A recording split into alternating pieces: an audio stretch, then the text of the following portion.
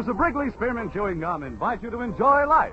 Life with Luigi, a comedy show created by Cy Howard and starring that celebrated actor, Mr. J. Carroll Nash, with Alan Reed as Pasquale.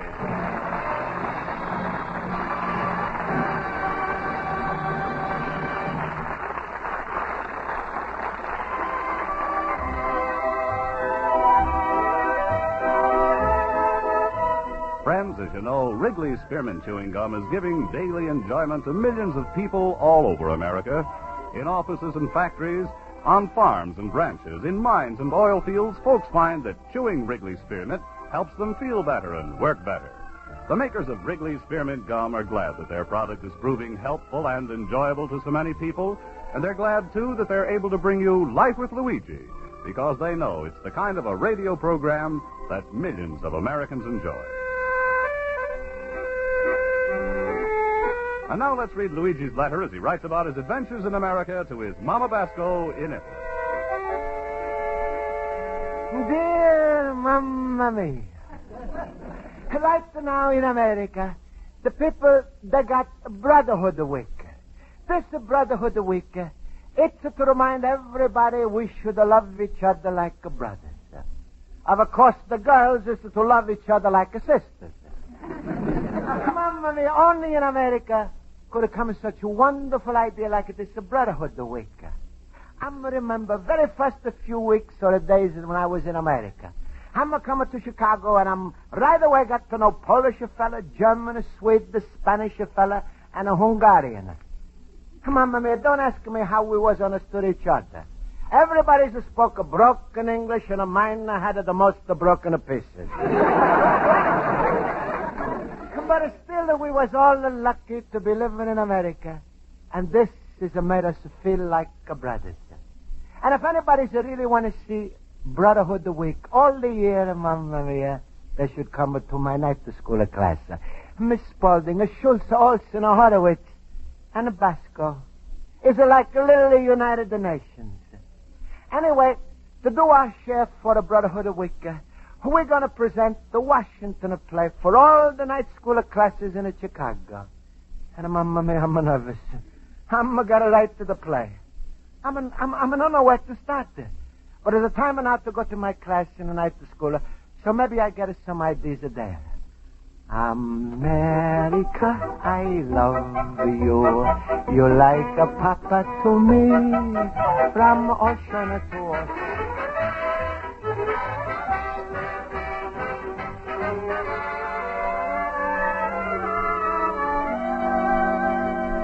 How's that Washington play coming along, Luigi? Oh, yeah. Am I going to play the part of Washington, Luigi?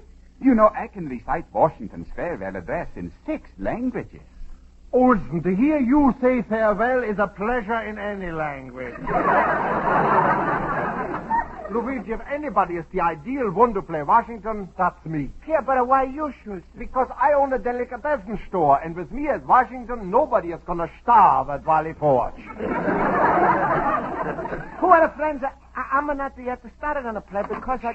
Here comes Miss Spaulding. Oh, yeah. Good evening, class. Good evening, Miss Spaulding. Mr. Basco, before we begin our lesson, could you please tell me how far you've gotten with your Washington play for the holiday assembly? Well, Miss Spaulding, it's a little hard to write because, well, everybody is to know about the Washington and the cherry tree and all that.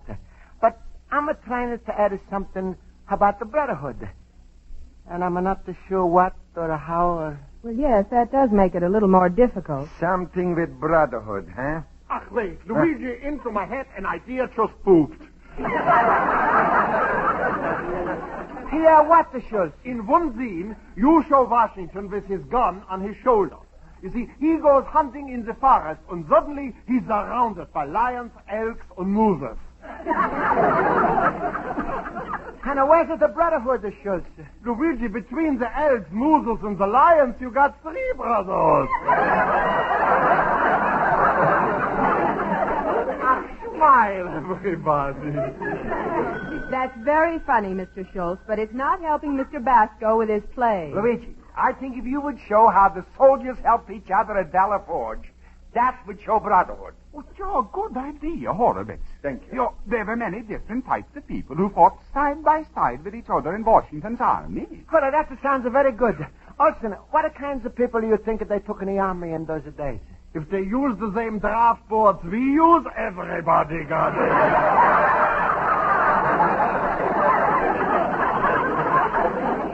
There so happens, Luigi, Washington's army was very democratic. It is not generally known that men of all creeds and colors died fighting, but I happen to know it.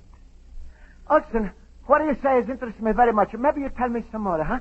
Well, Luigi, for instance, there was the famous Kosciuszko. He went to America specifically to offer his services to the revolution. He was Polish. John Berry, an Irishman, was commander of our war vessels. A Frenchman, Lafayette, was commissioned a major general. And Count Fersen, aide-de-camp to Rochambeau, was Swedish. Very good, Mr. Olson. And I might add the names of Baron von Steuben, advisor to Washington at Valley Forge. He was a German. And Chaim Solomon, a Jew, was imprisoned by the British for being a spy. And Miss Spaulding, it was Crispus Attucks, a Negro, who is regarded to be the first American killed in the Revolution. It was in 1770 in the Boston Massacre. I see. Miss Spaulding, Olson, I think I'm going to know now just what I'm going to write. Thank you. That's fine. Now for our lesson. Miss Spaulding, can't you take an example from our forefathers and give us freedom from our lessons? No, I'm afraid not, Mr. Schultz. Mr. Horowitz, you may tell us 4 causes of the Revolutionary War. With pleasure. The taxes was too high. Very true. President Truman should hear you two talk like that. Well, also, England didn't let the colonies send representatives to help make the laws. Very good, Mr. Horowitz. You're so right. Listen, when I study hard, it's impossible to beat me. Well, then, suppose you give us 2 more causes. I already said high taxes and no representations, huh? Yes, that was 2. Any more? No, thanks. I think I'll stay pat with those 2. Spaulding, I could give you at least 8 more causes of the Revolutionary War. Ooh, what a show-off! England is our best friend now. You're trying to start up the trouble again, huh? Besides, you know there ain't 8 more reasons, so why do you boast like that? Because I am telling the truth. I do know 8 more causes. I got $1 that says you don't. That's a bet, Schultz. Start counting. Gentlemen, I will not listen to this. Miss Spaulding, just this once from the smart aleck. Well, all right. Go ahead, Olson. Start. The colonies were forced to trade only with England. 1. They had to send their products only on English ships. 2. Their affairs were regulated by distasteful English laws. 3. They were forced to feed and house English soldiers. 4. They were deprived of the benefits of trial by jury. 5. They were often transported overseas to be tried for offenses in English courts. 6. Thank goodness, I think he ran out of gas. Is that so? Dreamer that I am. King George would not allow colonists to have judicial powers. Well, Schultz, keep counting. 5. It has Schultz that makes 7. He's got 1 to go. Olson, I make a deal with you. I give you a quarter for those 7 quarters if we're going to forget the whole thing, huh? Cause number 8. 50 cents. That comes out 7 cents a chance, and you couldn't get it for less from Sears Roebuck. Number 8. King George refused to let more people come to America to help increase the population. Well, It was saved by the bell. Now I don't have to pay. You will pay, and right now. Shall I teach you a lesson? Yes, and a good one. $1 just like that. It's fellas like Olson that's causing inflation.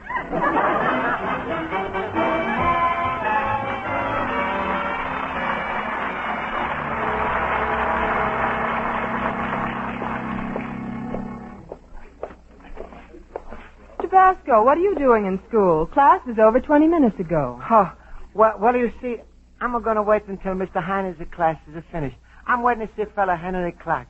Henry Clark? Yeah, you know him? He's a Negro fella that's in Mr. Hines' class. Oh. You see, Olson is give me wonderful idea for my Washington play. I'm going to get the whole class to act in it, and that's to show different nationalities. Now I'm going to get a Henry Clark for the play, and that's to bring in the Negroes like you was talking about. What's the matter? Miss Spaulding, you don't like the idea? Oh, no, I think it's a good idea, but... What? Well, Mr. Basco, people don't like to be preached to. It's all right for you to feel it, but sometimes others don't like to be taught about it. Miss Spaulding, I'm not preaching anything or teaching somebody. I'm just the one to show the good that's happening in this country. Yes, I understand. I don't want to stop you. After all, writing the play's your job. But if I may suggest something, why not make it funny? And you can get the point across without preaching. Get Schultz or your friend Pasquale to help you. Yeah, that's true. Everybody's like to laugh. All right, Miss Spaulding. Mark Twain and Will Rogers found out they could say plenty with laughter. Sure, and now I must see. That's a good idea. All right. And remember what I told you about preaching. Yeah, I'm going to remember. There's a Henry now. Goodbye, Miss Spaulding. Goodbye, Mr. Basco. And good luck with your play. Oh, thank you. Hey, Henry, wait a minute. Hi, Luigi. What's new? Henry, I'm going to like to ask a bigger favor from you. Sure. Is $2 enough? No, there isn't no money I want. Oh, then maybe you can let me have $2. Now, Henry, I'm like you should act in my George Washington play. Huh? Me? Sure, that's right. My class is acting in my play for holiday exercises, and I'm a want you should be with us. No dice. No, it's got nothing to do with the gambling. Hey, look, Henry, I'm got a very big reason why you got to be in this play. What's the reason? Because this is a Brotherhood Week, and I'm want to give example of a brotherhood in my play. I'm got all the different people in my class, but I'm going to need you. Me, huh? Yeah, we all Americans, different kinds. Luigi, it's a deal. A deal, and now you want to play cards. I mean, I'll do it. I'll be happy to. Oh, well, thank you, Henry. You say you're going to like it. Oh, sure I will. Oh, wait. You'll have to get my teacher, Mr. Hines' permission. That may not be easy. Why? Oh, I don't know. Wait till you talk to him. He ought to be out in a few minutes. Well, all right.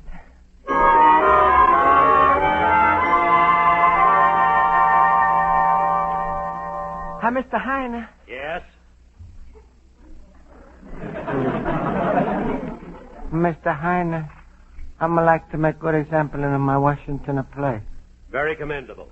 I'll be there to enjoy it. Yeah, but you see, I'm like to get one of your pupils to play in it. Well, who is this distinguished actor? His name is Henry Clark. Henry Clark. You see, I'm like to show how in Revolutionary War all the kind of people who was fighting all together. Yes, a very good idea, no doubt. Then you like it? Yes, but... well, after all, Mr. Basco, when people see a play, they don't like to be preached to. They want to be entertained. Well, sure, I know that, but it's going to be very funny. Well, then you have enough comics in your class. Especially Mr. Schultz. Yeah, but I'm want the Henry Clark. Well, he's very busy, you know. He's trying to make up quite a bit of time in a few hours. But he's willing to be in the play. What is that, Mr. Hines? Well, I can't turn you down if he wants to do it. Oh, good. That's enough for me. But I warn you, if the Washington play with Henry in it offends some people and is a failure, you can do more harm than good. What do you say? Well, I must say that I'm going to take this a chance. And because only in America you're allowed to take a chance and to say what you honestly feel.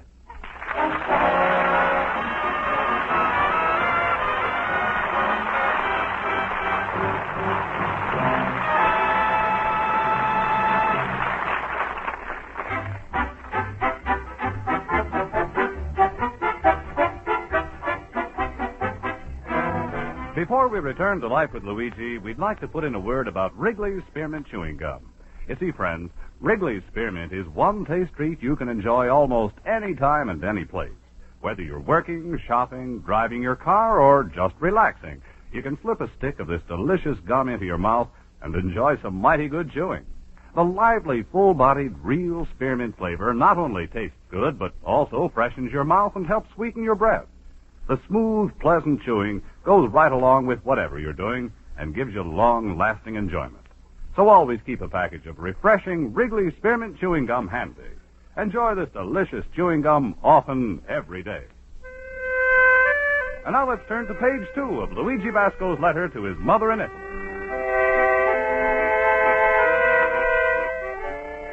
And so, Mamma Mia, I'm decided to go ahead with the kind of play I'm going to write.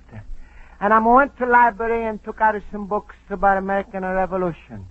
And the cover inside of one book was a stamped to 1 a week a book. But must have been a mistake because I'm finished the book in 2 days. Anyway, I'm got a lot of information. Schultz has given me a lot of funny jokes to put in. And now I'm back into my antique shop to write down everything. Luigi, my friend. Hello, Luigi. Hello. Hello, Pasquale. So you're going to be George Washington in the school play, huh, little pumpkin head? That's fine. Only 2 years in America already to start a revolution against England. Oh, Pasquale, you're joking. I didn't start it as George Washington. That's the biggest American that's ever lived. That's not true. I know American who's a much bigger. Who? My daughter, Rosa. Pasquale, I'm talking about the big in the brain and not in the weight. All right. I still know American who was a bigger, Lincoln. You really think Lincoln was a bigger? Oh, I know it. Lincoln is on a $5 bill. Washington is lucky to make it a single. Pasquale, I think you could have put in some funny things to make my play good for the Brotherhood of the Week. I don't know, Luigi. Brotherhood of the Week is very nice, but there's something I'd rather see instead. What's that, Pasquale? Son-in-law Week. Pasquale, maybe we'll talk about that some other time. But right now, Pasquale, I'm going to need some good new ideas. Hey, I got a wonderful idea, Luigi. How's about writing a little part for Rosa? Part for Rosa? Sure, it don't have to be a big part. Maybe she's going to be Paul Revere riding on as a horse to warn America. Warns the Americans, the British is the communists. Pasquale, Huh? Rosa's weigh 250 pounds. So what? The British should have ridden on the horse that the Russians are coming. Luigi, you call that a brotherhood and making fun of Rosa like that? I'm sorry, Pasquale. All right. I'm going to put the Rosa in a play. How's that? Good. Maybe I'll find a part or two while I help you write it, eh? By the way, little banana nose, Schultz has told me you got a Negro fella in this play. Is that right? Yeah, sure, that's right, Pasquale. Washington has had all kinds of soldiers in the army. I'm showing this to the people. Luigi, I'm going to want to butt in your affairs, but take some advice I'm going to give you. Huh? Just to play it safe. Keep your nose in your own backyard. Don't stick your neck out. Everything's going to be fine. Otherwise, it's liable to turn out to be a catastrophe. Catastrophe? Keeping my nose and don't stick the neck out to play safer? No, Pasquale, that's not the American way. If people do that, there's going to be no such a thing as a Brotherhood of the Week, and I'm not going to do it. Ooh, listen to the temper. Luigi, you're getting so democratic, it ain't safer to be Republican around you. Yeah, but Pasquale, listen, it's safe to be Democrat or Republican, anything you like as long as you believe what's fair. This, I think, is fair. You do, eh? Yeah. You know something, Luigi? What? I do, too. Come on, we write the play.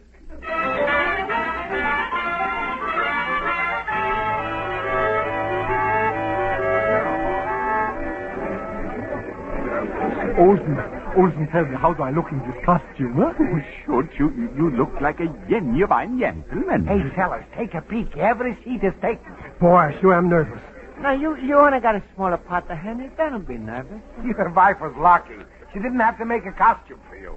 Yeah, but do you think the audience will think this uniform was worn by the soldiers then? Yeah. Maybe we should put in a line saying Iwo Jima was only a mile away from Valley Forge.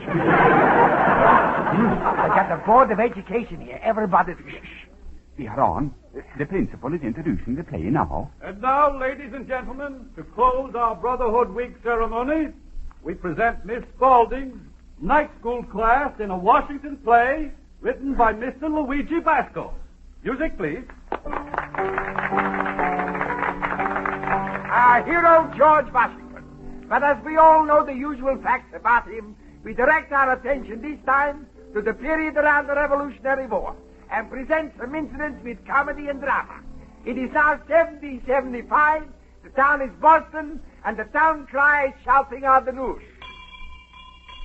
Hear ye, hear ye, the British are beating us at Lexington. We lost 78 men at Concord. 3 of our ships was burned up in the New York harbor. All is well.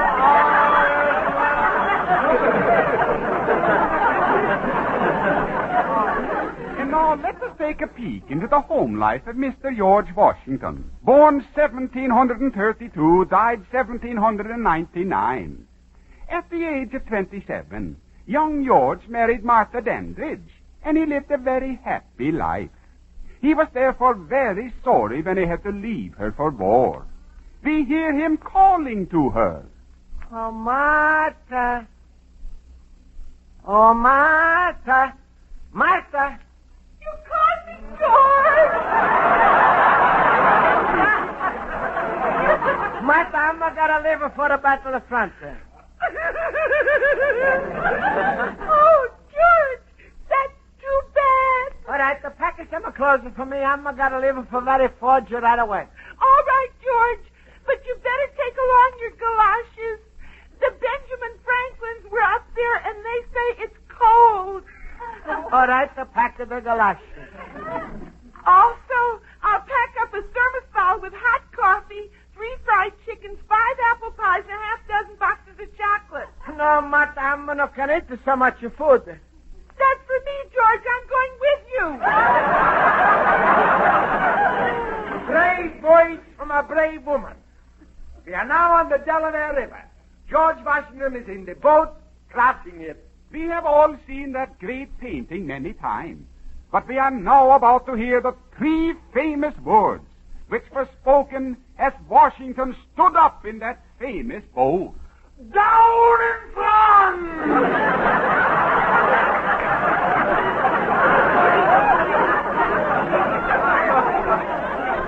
The scene now shifts to Boston.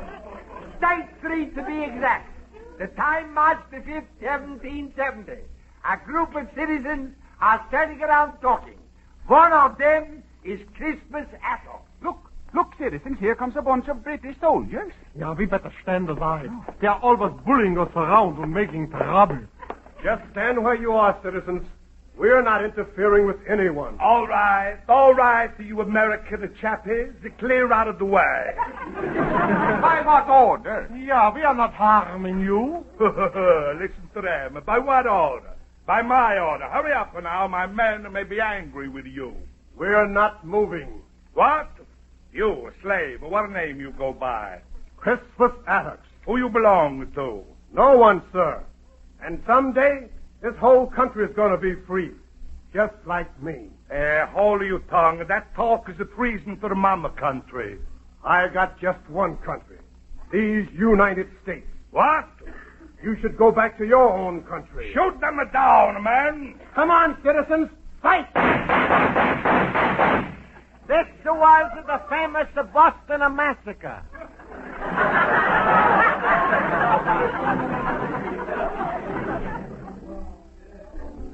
In Massachusetts, on a Boston Common, is a big monument to the first man shot to death, Crispus Attull, American.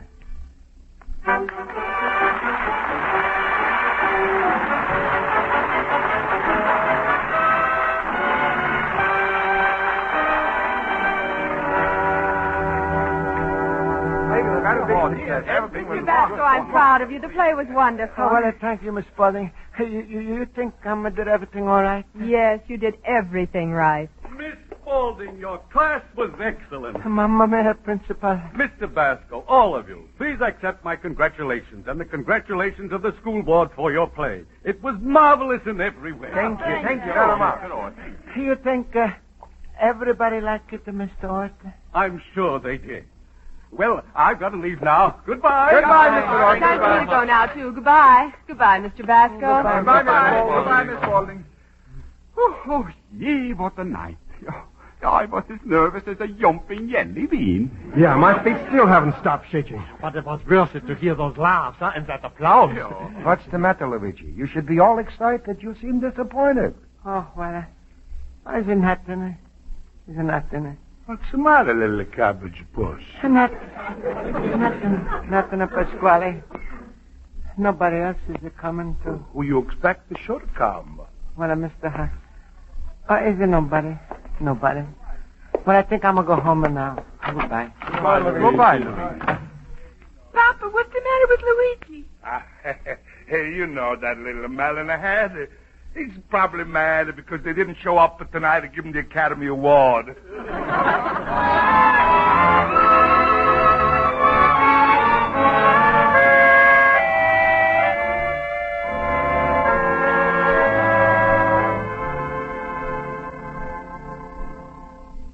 And so, Mamma Mia, I'm going to give it to Washington a play.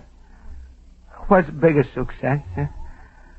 I'm going to receive big compliments from Miss Spaulding, a principal, and Mr. Ott, all of my friends. And, what's a big success?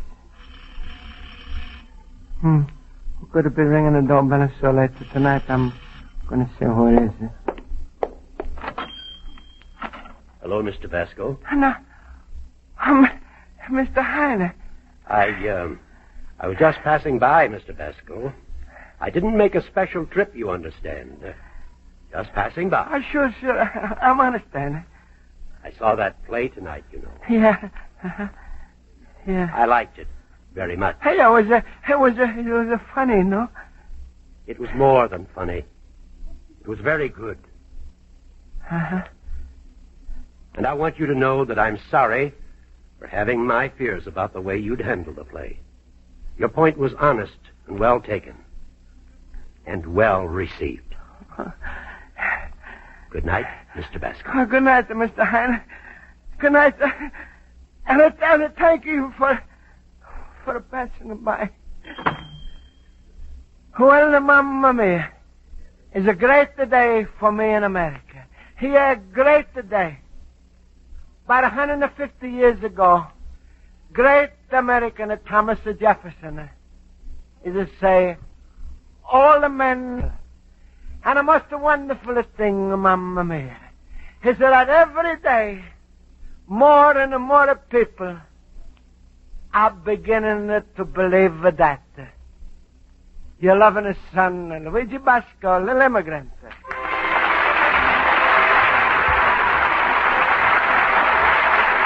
Friends, the makers of Wrigley Spearmint Chewing Gum hope you've enjoyed tonight's episode of Life with Luigi, and they want to remind you that Wrigley Spearmint Gum is an ideal taste treat to bring home to your family. It's a perfect treat to enjoy between meals because it isn't rich or heavy, yet it's satisfying. Wrigley Spearmint is inexpensive, too. You can buy enough for your whole family and pass it around often because it costs so little. So, when you're making up your shopping list, be sure to include Wrigley Spearmint Chewing Gum. Wrigley Spearmint is a healthful, wholesome treat that everyone enjoys, and you can't beat it for value. The makers of Wrigley Spearmint Chewing Gum invite you to listen next week at this time when Luigi Basco writes another letter to his Mama Basco in Italy. Life with Luigi is a Cy Howard production and is directed by Mr. Howard. Mac Benoff writes the script with Lou Derman. J. Carroll Nash is starred as Luigi Basco with Alan Reed as Pasquale. Music is under the direction of Lud West. This is CBS, the Columbia Broadcasting System.